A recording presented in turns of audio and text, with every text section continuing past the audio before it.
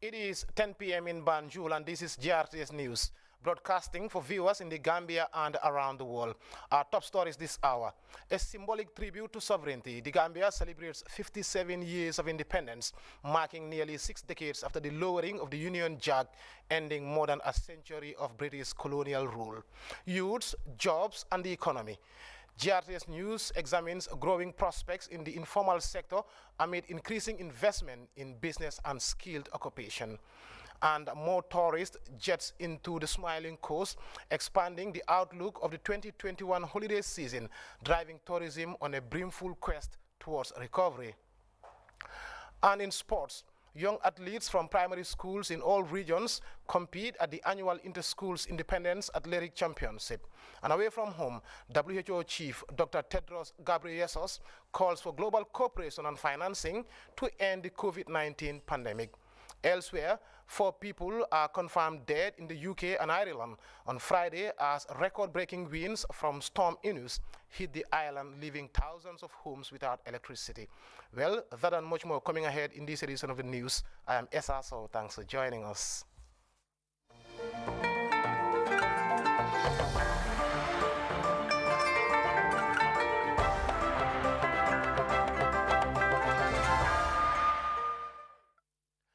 Thanks for joining us. It's great to have you here. And we begin with celebrations marking the Gambia's 57th independence anniversary. A colorful ceremony at the McCarthy Square in Banjul on Saturday commemorated nearly 6 decades of self-rule, marking the lowering of the Union Jack, ending British rule, which lasted for centuries and a half, and then the independence celebration was held at the McCarthy Square. In his address, the President of the Republic, His Excellency Adama Barrow, called on Gambians to strive for the attainment of full economic independence. Our Presidential Affairs correspondent Mamadou Jallo was at the McCarthy Square, and he now reports.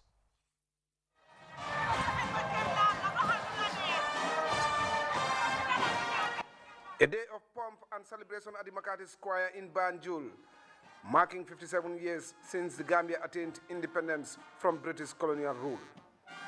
The parade of the Armed and Security Services was one of the main highlights of this year's celebrations, comprising the Gambian National Army, the Republican National Guard, the Gambian Navy, the Gambia Police Force,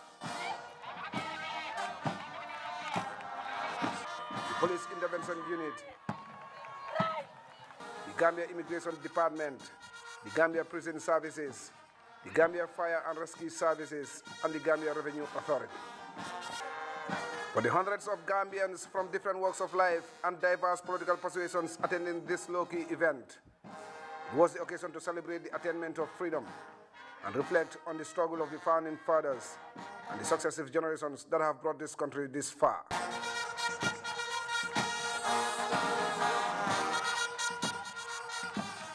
The Gambia gained independence at a critical time when many people doubted its viability, and it is occasions like this that the country and its leadership renew its commitment and resolve to build a stable, prosperous nation that would be the pride of all citizens.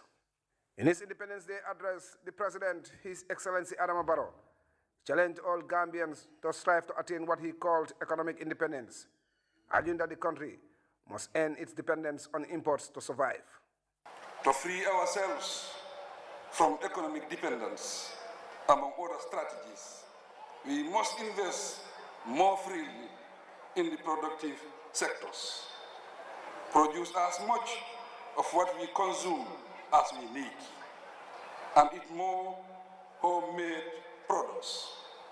By the same token, we need to expand and patronize local businesses while developing, encouraging, and tapping local talents. A lot of potential to increase national income generation lies in organizing our communities to set up joint businesses, engage in more productive ventures, and make the most of our natural resources. The President also reached out to his political opponents, pledging to maintain an open door policy and embrace political plurality to accommodate divergent views, suggestions, and opinions that will lead to the building of a truly democratic society. Democracy will continue to be our political system, but it does not mean democracy merely characterized by elections. I believe in democracy as a political system for advancement, development, self-determination, and social cohesion. For me, democracy offers us a system to organize the people for peace, stability, freedom, self-reliance, and respect for rights and the rule of law. As has been the norm since that fateful day in 1965, school children also took part in the celebrations, marching past the president. We have the senior secondary schools, St. Augustine's. The Gambian leader renewed his government's commitment to the building of a robust and responsive education sector that will drive the Gambia's socio-economic and political development. The president then left the McCarthy Square, bringing the official celebrations to a close. But Gambians will now reflect on his message in the hope that the current generation of citizens will continue on the task of building a free and prosperous nation. Mamadou Diallo, GRTS News. Meanwhile, GRTS's Mama J engaged some dignitaries who graced Independence Anniversary celebrations at the country's island capital on the sidelines of the festivities marking 57 years of self-rule. And this is our report. Gambians and non-Gambians alike, including foreign and local dignitaries, security services and school children gathered at the McCarthy Square in Banjul to mark the country's 57th independence anniversary. The day is a stock-taking moment in which Gambians reflect on their collective performances as a nation. The occasion also served as an opportunity to recall when the control of power and governance were handed over to the leaders of the country, with Sir Dawda Kairaba Jawara becoming the first president of the Gambia in 1965. The struggle for independence was a tiresome journey, thus witnessing the sacrifices of many freedom fighters such as Edward Francis Small, Sir John Mahoney and Ayam Gaba Jahumpa, among a host of other freedom fighters who laid their lives in the process. On the sidelines of the historic event, GRTS spoke to some people, including foreign diplomats, about the importance of the day. The British High Commissioner to the Gambia looks forward to the future as Gambians celebrate independence with pride. The Deputy Chief of Mission at the American Embassy hailed relations between Banjul and Washington, while the representative of the Spanish Embassy in the Gambia looks forward to strengthening bilateral ties between Banjul and Madrid. For the former Vice President Fatoumata Jallow Tambajang, independence is a moment to reflect on the achievements, challenges, and way forward as a country. She paid tribute to former President late Sir Dawda Kairaba Jawara and all those who struggled for the Gambia's independence. For the Ministers of Defense and Fisheries, Sheikh Ahmad Faye and James Gomez respectively, independence remind them a dawn of a new beginning as they pay growing tribute to those freedom fighters who fought for this day. They called on Gambians, especially the youth, to work together for national development. The Minister of Tourism and Culture, Hamad Ba, emphasized the need to grow what we eat and eat what we grow by making best use of the River Gambia. Honorable Ba was concerned about how the country relies heavily on imported goods of food commodities such as rice, onion, among other foodstuffs, and encouraged Gambians and youths in particular to venture into the agriculture sector, adding that government is committed to improving the vital sector. For the President of the Republic, His Excellency Adama Barrow, the solution depends on how practical we are and how far we are as a country by minimizing import and maximizing export. Hence the need to transform the population into a more productive resource to free ourselves from economic dependency and invest in the productive sector. We must invest more freely in the productive sectors, produce as much of what we consume as we need, and eat more homemade products.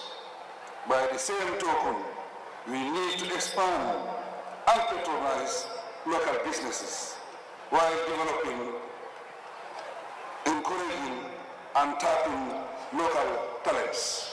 The Minister of Women and Children Affairs, Fatou Kinte, harped on the political representative of women in the upcoming parliamentary elections, as they form about 52% of the country's population. Mama J, GRTS. The president, the Emir of Kano State, His Highness Alhaji Aminu Ado Bayero, at State House on Saturday. Mamadou Jallo reports Emir Bayero is in the Gambia to attend the 57th Independence Anniversary.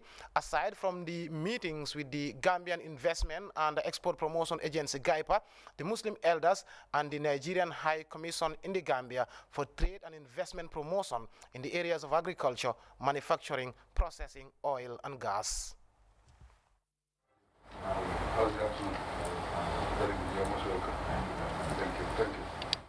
The Emir of Kano State, His Highness Alhaji Aminu Ado Bayero, paid a courtesy call on the President of the Republic, His Excellency Adama Barrow, at State House. The Emir was among the high-profile guests attending the Gambia's 57th Independence Anniversary. Kano is one of the 36 states of Nigeria and also the most populous.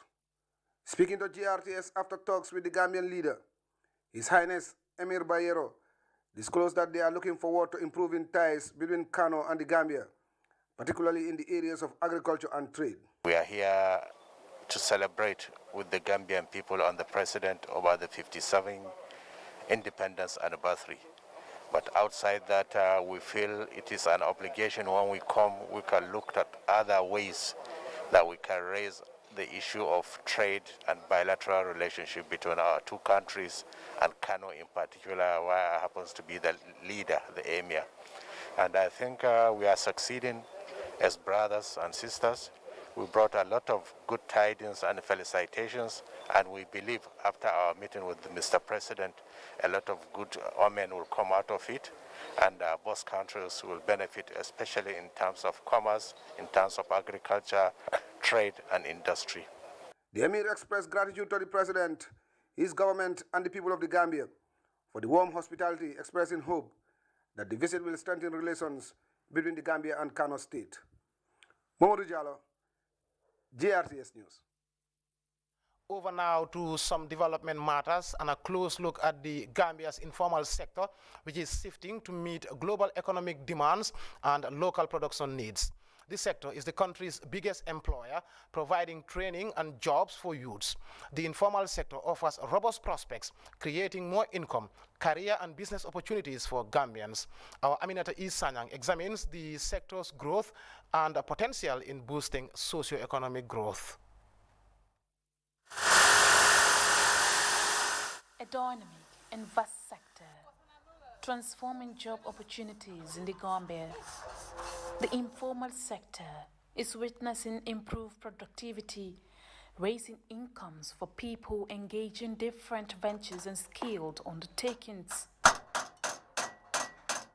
With a significant number of Gambians earning a living outside the formal sector, the area has become an effective zone, generating more inclusive growth.